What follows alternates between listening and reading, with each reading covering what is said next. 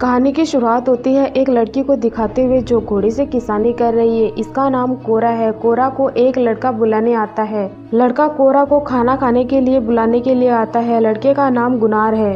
अब हम कोरा को खाने की टेबल पर देखते हैं। कोरा खाना खा रही है। इनके कबीले के मुखिया इन्हें बताते हैं कि इस बार हमें अन्न देवता को बहुत बड़ी आहुति देनी है। कोरा रूम में सोने के लिए चली जाती है। कोरा को जो आदमी यहाँ लेकर आया है वो उससे कहता है कि तुमने शादी के बारे में क्या सोचा है। कोरा कहती है आपको पता है ना मैं किसकी संतान हूँ, तो प्यार पाना और प्यार करना मैं शायद दोनों के लायक नहीं हूँ। मुझे सिखाया गया है प्यार कमजोरी है। कोरा ये कहकर सो जाती है। कोरा अब खेत में गांव की और लड़कियों के साथ में बीज बो रही है। तभी कोरा को एक शिप दिखाई देता है जो उनकी तरफ आ रहा है। कोरा ये बात सभी को बेल बजाकर बता देती है। मुखिया कोरा से पूछता है कि इन्हें क्या चाहिएगा। कोरा कहती है सब कुछ। मुखिया अब गुनार से बात कर रहा है। गुनार मुखिया को समझा रहा है कि हम लोगों को अच्छे दामों में मदरबर्ड को फसल बेच देनी चाहिए।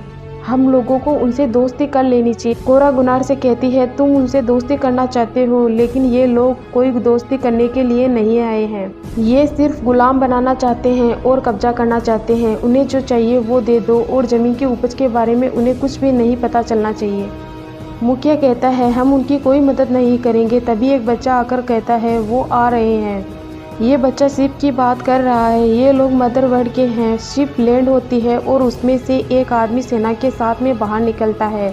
इस आदमी का नाम नोबेल है। नोबेल मुखिया का स्वागत करता है और नोबेल मुखिया से ज़मीन की उपज का राज पूछता है। नोबेल मुखिया से कहता है हम उन बागियों को ढूंढ रहे हैं जो हमारे अन्न भंडारों पर हमला कर उन्हें लूटते हैं। बागियों को ढूंढने के लिए मुझे मेरे कमांडर बेलिसारियन ने भेजा है। मुखिया कहता है हम तो खेती करते हैं, हम आपके क्या काम आ सकते हैं। नोबेल कहता है फिर भी आप हमारे काम आ सकते हैं। जो बागी हमारे अन्न भंडार पर हमला कर रहे हैं उनकी मुखिया है डेवरा ब्लडएक्स और उसका भाई है डेरियन ब्लडएक्स। उनको हम ढूंढ लेंगे, लेकिन हमारा अनाज खत्म हो रहा है और अनाज के बिना कोई भी फौज कमज़ोर पड़ जाती है। इसलिए आप हमसे दोस्ती कर ले। आपके पास में जो अनाज बच जाता है हमें वो बेच दीजिए। हम आपको बाजार से 3 गुने पैसे देंगे। मुखिया नोबेल से कहता है प्रस्ताव अच्छा है, लेकिन हमारे पास इतनी उपज नहीं है कि हम आपको कोई भी अनाज दे सकते हैं। नोबेल कहता है मुझे आपके खेत देखकर तो ये लगता है कि पैदावार अच्छी हो रही है, लेकिन ऐसा कैसे है कि यहाँ पर अनाज की कमी है। मुखिया कहता है फसल खराब भी हो रही है। मुखिया नोबेल को अंदर ले जाता है। नोबेल अंदर आने के बाद गांव वालों से पूछता है फसल की देखरेख कौन करता है। गुनार कहता है फसल की देखरेख मैं करता हूँ। गुनार नोबेल को सच बता देता है कि हमारे यहाँ बहुत सालों से फसल अच्छी हो रही है और हमारे पास में अनाज रखने की जगह नहीं है। गुनार कहता है लेकिन हम आपकी मदद हद में रहकर कर सकते हैं। नोबेल मुखिया से कहता है तो तुमने मुझसे झूठ कहा। नोबेल मुखिया को मार देता है और उसकी वाइफ को भी मार देता है। नोबेल गुनार से कहता है यहाँ कितना अनाज होता है। गुनार कहता है 12,000 पुशल। नोबेल कहता है कि 10,000 पुशल तैयार रखना, मैं लेने के लिए आऊँगा 10 हफ्तों बाद में। नोबेल ये कहकर अपने शिप की सेना के साथ में वापस चला जाता है और अपनी कुछ सेना को यहाँ छोड़कर जाता है फसल की देखरेख के लिए।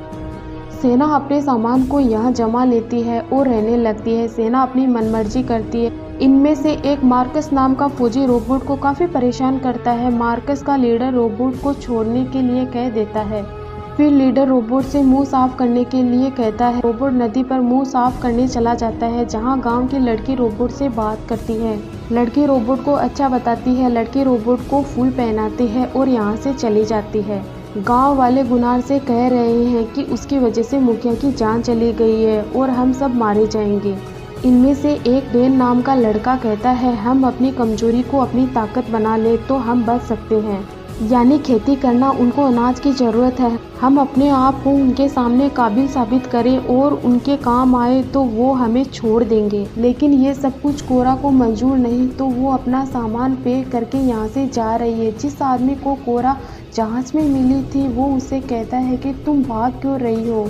कोरा कहती है सब पागल हो गए हैं, इन लोगों को दया की उम्मीद है उनसे, जबकि ऐसा बिल्कुल भी नहीं है। आदमी कोरा से कहता है इस मुश्किल वक्त में तुम सबको छोड़कर कैसे जा सकती हो। आदमी कोरा को मदरबर्ड के लोगों का सामना करने के लिए कहता है। आदमी कहता है हमें उन लोगों को ढूंढना चाहिए जो नोबेल का दुश्मन है, फिर हम उनके साथ मिलकर इनसे लड़ेंगे। लेकिन कोरा आदमी की कोई बात नहीं मानती है और यहाँ से जाने लगती है। तभी कोरा को गांव की लड़की की आवाज़ सुनाई देती है जो हेल्प के लिए चिल्ला रही है। कोरा उसे बचाने के लिए चली जाती है। लड़की को सेना के लोगों ने उठाया है। लड़की को बचाने के लिए इनमें से सेना का लड़का भी लड़ता है। कोरा यहाँ आ जाती है जो लड़की को छोड़ने के लिए कहती है। ये लोग कोरा को शूट करने की कोशिश करते हैं, लेकिन कोरा अपनी शानदार फाइट से इनका सामना करती है। फिर लड़का भी लड़ने लगता है। कोरा मार्कस को मार देती है। लड़की को एक फौजी गन पॉइंट पर ले लेता है। यहाँ वो रोबोट भी आ जाता है जिसे इस लड़की ने फोन दिया था। फौजी रोबोट को कोरा और लड़के को मारने के लिए कहता है, लेकिन रोबोट फौजी को मारकर यहाँ से भाग जाता है। लड़की बच जाती है। सभी गांव वाले आ जाते हैं। कोरा सभी से कहती है कि हमें हथियार उठाने होंगे। कोरा नोबल के दुश्मनों को ढूंढने जा रही है जो इनकी हेल्प करेंगे। आदमी कोरा को टुकड़ी देता है। टुकड़ी दरअसल एक गन के जैसा हथियार है जो मदरवर्ल्ड के लोगों के द्वारा यूज़ किया जाता है। कोरा पहले मदरवर्ल्ड के लिए काम करती थी। ये टुकड़ी आदमी को कोरा के साथ मिली थी। कोरा टुकड़ी को ले लेती है। आदमी कोरा से पूछता है कहाँ जाओगी। कोरा कहती है मैं जनरल टाइटस को ढूंढने जा रही हूँ, जिसने अपनी सेना को मदरवर्ल्ड के खिलाफ कर दिया था। कोरा गुनार से पूछती है तुमने पिछले साल की फसल बागियों को ही बेची है ना, मुझे उनसे मिलना है। गुनार कहता है हाँ, एक आदमी ने मुझे बागियों से मिलवाया था, यानी कि ब्लड एक्सिस से। गुनार कहता है मैं बिल्कुल उससे तुम्हें मिलाऊंगा। कोरा और गुनार अब गांव से चले जाते हैं। इन्हें चलते चलते रात हो जाती है तो ये एक जगह रुक जाते हैं। गुनार कोरा से कहता है तुम पहले मदरवर्ल्ड की सल्तनत के लिए लड़ती थी। कोरा कहती है हाँ। गुनार कोरा से कहता है क्या वो लोग हमें मार देंगे। तब कोरा अपनी स्टोरी गुनार को बताती है। जब मैं 9 साल की थी तो ये लोग हमारी दुनिया में आए थे। इन्होंने हमारा सब कुछ छीन लिया बिना किसी शर्त के। उनका मकसद सिर्फ तबाही है। हमारे लोगों ने इनका सामना किया तो कमांडर चिढ़ गया और हमारे साथ में बहुत बुरा किया। और जब मेरा सामना बेलिसारियन से हुआ, उसने मेरे पूरे परिवार को ख़त्म कर दिया था और मुझे अपने साथ ले गया। पता नहीं उसने मेरी जान क्यों बख्श दी। उसने मेरा नाम आर्थेलिस रखा। मदरवर्ल्ड की धरती पर मेरी पढ़ाई और ट्रेनिंग शुरू कर दी। वो मुझे अपनी बेटी मानता था जो शाही परिवार के काफ़ी करीब थी। 19 साल की उम्र में मुझे ऑफिसर बना दिया गया और एक टुकड़ी दे दी गई। मैं कोसों दूर मदरवर्ल्ड के लिए लड़ती रही, उस झंडे के नीचे जिसने मेरी दुनिया उजाड़ दी। इसलिए मैं अच्छे से जानती हूँ कि मदरवर्ल्ड के लोग क्या कर सकते हैं। कोरा और गुनार वहाँ पहुँच जाते हैं जहाँ से गुनार को ब्लड एक्स का पता मिला था। यहाँ कुछ लोग एक आदमी को मार रहे हैं जिसे ब्लड एक्स का पता मालूम है। कोरा गुनार से कहती है ब्लड एक्स के पास जाने का कोई और रास्ता नहीं है क्या। गुनार कहता है हाँ, वो किसी श्रान नामक प्लेनेट पर लेवेंतिका राजा की शरण में रहता है। कोरा और गुनार एक रेस्टोरेंट में आ जाते हैं। गुनार कोरा से कहता है हमें लेवेंतिका से मिलना चाहिए। कोरा कहती है पहले हमें जनरल टाइटस को ढूंढना है। कोरा यहाँ सभी से कहती है मुझे किसी की तलाश है। कोरा जनरल टाइटस के बारे में पूछती है। यहाँ एक आदमी कोरा से जनरल टाइटस के बारे में बता देता है। टाइटस पोलक्स में है। यहाँ एक आदमी अपने कुछ आदमियों के साथ में कोरा से लड़ने लग जाता है। ये लोग कोरा पर फायरिंग करने लग जाते हैं। कोरा गुनार को बचाते हुए आदमियों को अपनी टुकड़ी से मारती है। इन लोगों का लीडर कोरा को मारने वाला होता है। तभी काई नाम का आदमी लीडर को मारकर कोरा की जान बचा लेता है। काई छोटा मोटा गुंडा है जो लूट करता है। कोरा यहाँ से जाने लगती है। तभी काई कोरा से कहता है मुझे तुम्हें अंदर बोलते हुए सुना कि तुम्हें पोलक्स जाना है। कोरा काई को बताती है हम लोग मदरवर्ल्ड से लड़ने के लिए जाबाज ढूंढ रहे हैं। कोरा कहती है मेरे पास तुम्हें देने के लिए ज़्यादा पैसे नहीं है। काई कहता है तुम अपनी मर्जी से दे देना। काई के पास शिप्स है जिससे ये सब अब पोलक्स जाएंगे जनरल टाइटस को लेने के लिए। काई कोरा से कहता है मैं एक और आदमी को जानता हूँ जो तुम्हारे काम आ सकता है। इधर नोबल को उसका आदमी इन्फॉर्मेशन देता है कि हमें एक डिटेक्टिव मिला है जिसे हमें बागियों के बारे में पता चल सकता है। वो हमसे मिलना चाहता है। नोबल आदमी से कहता है ठीक है मुझे उसे मिलवा देना। काई अब कोरा को एक आदमी से पास में लेकर जाता है। उसके पास में एक टेरेक नाम का आदमी है जो उसके यहाँ काम करके अपना कर चुका रहा है। ये टेरेक काफ़ी ताकतवर होता है। कोरा यहाँ के लीडर से कहती है कि इसका कितना कर्ज है मैं दे दूंगी। लीडर टेरेक का काफ़ी कर्ज बताता है। कोरा के पास में इतने पैसे नहीं होते हैं। लीडर कोरा को कहता है कि तुम्हारे पास में एक ऑफर है, अगर टेरेक वेनूस की सवारी कर पाया तो ये बिना किसी पैसे के यहाँ से रिहा हो जाएगा, और अगर ऐसा नहीं हुआ तो तुम सब भी यहाँ रहोगे, मेरे लिए काम करोगे। कोरा टेरेक से पूछती है कि क्या तुम ये सब कर पाओगे। टेरेक हाँ कहता है। टेरेक ग्राउंड में जाता है और वेनूस की रस्सियाँ खुलवा देता है और उसके सामने घुटनों के बल बैठ जाता है। फिर वेनूस से कुछ कहने लगता है और उसे टच करता है। टेरेक वेनूस पर बैठ जाता है और उसकी सवारी करता है, जिसमें टेरेक सफल होता है। वेनूस टेरेक को लाकर वापस उसी जगह छोड़ देती है। वेनूस को टेरेक से लगाव हो जाता है। इस तरह टेरेक यहाँ से रिहा हो जाता है। कोरा, काई और बाकी सभी लोग शिप में बैठे लगते हैं। तभी यहाँ का लीडर वेनूस की सवारी करने लगता है। वेनूस लीडर को नीचे गिरा देती है और मार देती है। कोरा और उसके साथी अब कोबाल्ट मीनिंग प्लेनेट पर जाते हैं, जहाँ एक लड़की से मिलते हैं जिसका नाम नेमेसिस है।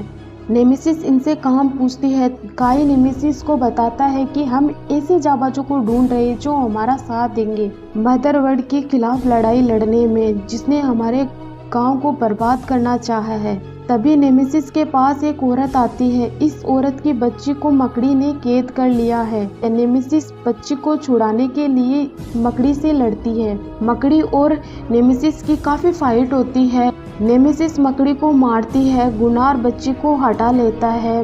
मकड़ी गुनार पर भी हमला करती है, लेकिन नेमेसिस मकड़ी को मार देती है और बच्ची बच जाती है। यहाँ से नेमेसिस भी कोरा की टीम में शामिल हो जाती है। कोरा शिप में गुनार को बताती है, मुझे शहजादी ईशा का अंग रक्षक बना दिया गया था। ईसा का नाम महाल सुल्ताना ईसा के नाम पर रखा गया है। पुरानी कहानियों में कहा जाता है कि सुल्ताना के पास किसी भी मृत जीव को जीवित करने की जादुई शक्ति है। मैं ये बात कभी नहीं मानती, लेकिन मैंने ये सब कुछ अपनी आंखों से देखा है। कोरा और उसके साथी पोलक्स पहुंच जाते हैं। पोलक्स में इन्हें जनरल टाइटस मिल जाता है। जनरल टाइटस बिल्कुल भी होश में नहीं होता है और काफ़ी नशे में भी होता है। कोरा के कहने पर जनरल टाइटस को नहलाया जाता है और होश में लाया जाता है। जनरल टाइटस होश में आने के बाद कोरा से कहते हैं, तुम्हें क्या चाहिए। कोरा कहती है, मुझे वो महान जनरल टाइटस चाहिए जो मेरी आखिरी उम्मीद है। जनरल टाइटस कहता है, उस दिन मैंने हथियार क्या डाले, मेरे आदमी मारे गए, तुम जाओ, मुझे अकेला छोड़ दो मरने के लिए। कोरा कहती है, आपको बदला लेने का मौका दे रही हूँ। ये बात सुनते ही जनरल टाइटस खड़े हो जाते हैं। ये भी अब इनकी टीम में शामिल हो जाते हैं। इधर नोबल का आदमी उसे डिटेक्टिव से मिलाता है जो बागियों के बारे में जानता है। डिटेक्टिव से जानकारी लेने के बाद में नोबल डिटेक्टिव को मार देता है।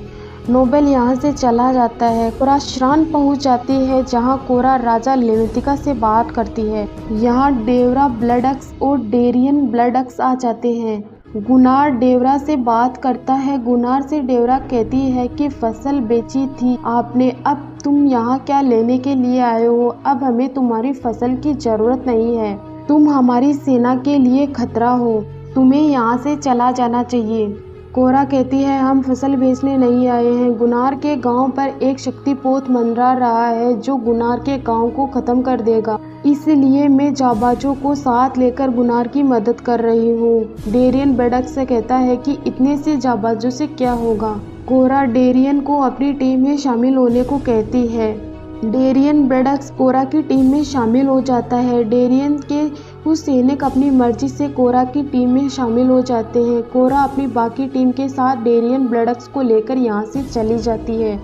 काई शिप में कोरा से कहता है कि मैं भी तुम्हारी मदद करना चाहता हूँ, मैं भी तुम्हारी टीम में शामिल होना चाहता हूँ, बस शिप में कुछ सामान है जो मुझे डिलीवर करना है, फिर उसके बाद मैं भी तुम्हारे साथ हूँ। कोरा कहती है ठीक है। नोबल राजा लेवेंतिका के पास में पहुँच जाता है। नोबल लेवेंतिका से सब इन्फॉर्मेशन ले लेता है, लेकिन मदरवर्ल्ड के दुश्मनों को पनाह देने के जुर्म में उन्हें मार देता है और साथ ही में श्रान प्लेनेट को पूरी तरीके से बर्बाद कर दिया जाता है। नोबल का आदमी उसे बताता है कि हमारे एक डिटेक्टिव का मैसेज आया है, वो ब्लडक्स के काफी करीब पहुंच गया है। नोबल अपने आदमी से कहता है ठीक है, हाइबर लॉन्च की तैयारी करो। काई अपने सामान की डिलीवरी करवाता है। कोरा को यहाँ काई पर शक हो जाता है और इतने में ही नोबेल के द्वारा इन पर अटैक कर दिया जाता है। सभी को गिरफ्त में ले लिया जाता है। काई यहाँ कोरा के साथ धोखा कर देता है। कोरा काई से पूछती है, तुमने ये सब क्यों किया? काई कहता है, मैं तुम लोगों को मदरवर्ल्ड को सौंपकर काफ़ी कमाई कर सकता हूँ। नोबेल आ जाता है। नोबेल इन सब से कहता है, तुम लोग मुझसे कभी नहीं जीत सकते। नोबेल कोरा को पहचान लेता है कि वो आर्थेलिस है। काई नोबेल से इन सब बागियों को बेहोश करके ले जाने को कहता है। गुनार से काई कोरा को बेहोश करवाता है, लेकिन गुनार कोरा को बेहोश नहीं करता है बल्कि उसे आज़ाद कर देता है और काई को शूट कर देता है। फिर कोरा सभी पर फायरिंग करने लगती है। गुनार नेमेसिस को भी खोल देता है। नेमेसिस टेरे को ब्लडअक्स को आज़ाद कर देती है। फिर ये सब मिलकर मदरवर्ल्ड के लोगों से फाइट करने लग जाते हैं। ब्लडअक्स अपने पायलट को जहाज संभालने के लिए बोलता है। नोबेल अपने पायलट को इशारा करता है ब्लडअक्स के पायलट को मारने के लिए। नोबेल का पायलट अटैक करके ब्लडअक्स के पायलट को मार देता है। ब्लडअक्स लोहे की रोड लेकर नोबेल के पायलट में घुसाने दौड़ता है, लेकिन नोबेल का पायलट ब्लडअक्स को शूट कर देता है। ब्लडअक्स भी रोड पायलट में घुसा देता है, जिससे दोनों वहीं मर जाते हैं। ब्लडअक्स की साथी को ब्लडअक्स की मौत पर बहुत गुस्सा आता है। वो गुस्से में फायरिंग करने लगती है। नोबेल का जहाज क्रैश हो जाता है। नोबेल एक टूटे हुए हिस्से पर गिर जाता है, जहाँ कोरा आती है और नोबेल से फाइट करती है। कोरा और नोबेल की काफ़ी फाइट होती है। फाइट में कोरा नीचे लटक जाती है, लेकिन कोरा नोबेल को रस्सी से मारती है और ऊपर आ जाती है। फिर कोरा ऊपर आकर फिर से नोबेल से फाइट करने लगती है। कोरा नोबेल के हाथ तोड़ देती है। कोरा नोबेल की स्टिक को तोड़कर उसके पैर में घुसा देती है। स्टिक से नोबेल के दांतों को भी तोड़ देती है। नोबेल नीचे गिर जाता है। टेरेक ब्लडअक्स की साथी से कहता है, वो हमारे लिए कुर्बान हो गया है। साथी कहती है, उन्होंने अपने मकसद के लिए कुर्बानी दी है। मरने की इससे अच्छी कोई और वजह हो सकती है क्या? टेरेक रस्सी से उस हिस्से को खींचता है जिस पर कोरा है। कोरा इनके पास आ जाती है। नेमेसिस कहती है, अब वो लोग क्या करेंगे? कोरा कहती है, नियम के मुताबिक शिप वापस जाएगी। नोबेल को लेकर यहाँ सभी गुनार का शुक्रिया करते हैं, उसकी वजह से ये लोग बच गए हैं।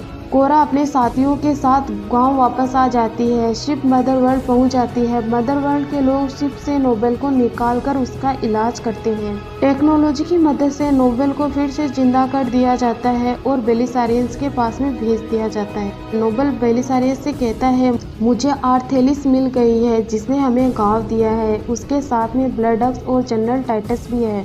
हम उन्हें पकड़ने ही वाले थे। बेलिसारियस कहता है, तुम्हें लगता है क्या मुझे इस बात पर खुश होना चाहिए कि मेरी बेटी आर्थेलिस मिल गई है और वो हमारे खिलाफ में है? नोबेल कहता है, मैं जल्द ही उसकी गर्दन आपको सौंपूंगा। बेलिसारियस को गुस्सा आता है। बेलिसारियस नोबेल से कहता है, बगावत को ख़त्म करने के लिए तुम्हें हर बागी को ख़त्म करना है और आर्थेलिस को जिंदा मेरे पास लाना है। मैं उसे सबके सामने मारूंगा और अगर तुम ऐसा नहीं कर पाए तो मैं तुम्हारे साथ वो करूंगा जो तुम कभी सोच भी नहीं सकते हो। इसी के साथ में मूवी की एंडिंग यही होती है।